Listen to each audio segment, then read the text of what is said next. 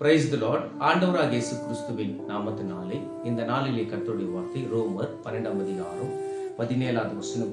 ஒருவனுக்கும் தீமைக்கு தீமை செய்யாத இருங்கள். ஒருவனுக்கும் தீமைக்கு தீமை செய்யாத இருங்கள். தேவனுடைய பிள்ளைகளே, நம்ம யாருக்கும் தீமை செய்யக்கூடாது. நம்ம தேவனுடைய பிள்ளைகள். நம்மளுக்கு யாரனா தீமை செய்தாலும், யாரனா நம்மளுக்கு அநியாயம் செய்தாலும், யாரனா நம்மளை ஏமாத்தினாலும் நம்ம மட்டும் அவங்களுக்கு அந்த காரியங்கள் செய்யக்கூடாது.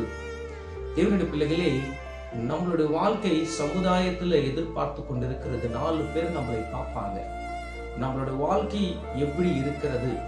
நம்ம கர்த்தருக்கு பயந்து நடக்கிறோமா? தேவனுக்கு உண்மையாக இருக்கிறோமா?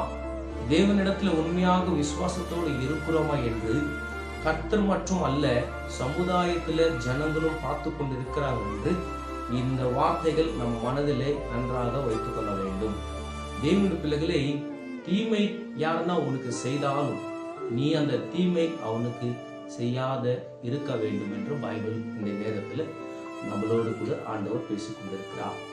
உன்னோடு கூட இருந்த உன்னுடைய நண்பரே, உன் குடும்பத்தாரே உனக்கு தீமை செய்திருந்தாலும் அந்த தீமை நீ செய்யக்கூடாது.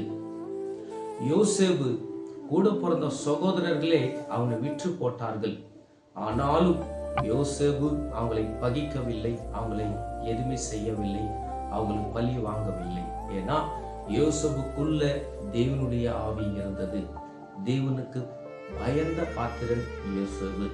கர்த்தருடைய பிள்ளைகளே, நம்மளுக்கு நம்ம குடும்பத்திலும் சரி, சமுதாயத்திலும் சரி, நம்மளுடைய வியாபாரத்திலும் சரி, நம்மளுடைய வேலையிலும் சரி, நம்மளுக்கு யார் தான் தீமை செய்தாலும், யார் தான் அற்பமா பேசினாலும் நீங்க அவங்களுக்கு எதிர்மாறாக செய்கிற காரியங்களாக இருக்கவே கூடாது என்று ஆண்டவர் இந்த நேரத்தில் பேசிக் கொண்டிருக்கிறார். தேவன் எல்லாவற்றையும் பார்த்து கொண்டிருக்கிறார் மற்றும் நம்ம ஞாபகத்தில் வைத்துக் கொள்ள வேண்டும். கர்த்தருடைய வார்த்தை மூலியமா உங்களோடு பேசுறாங்க. விசுவாசிங்க.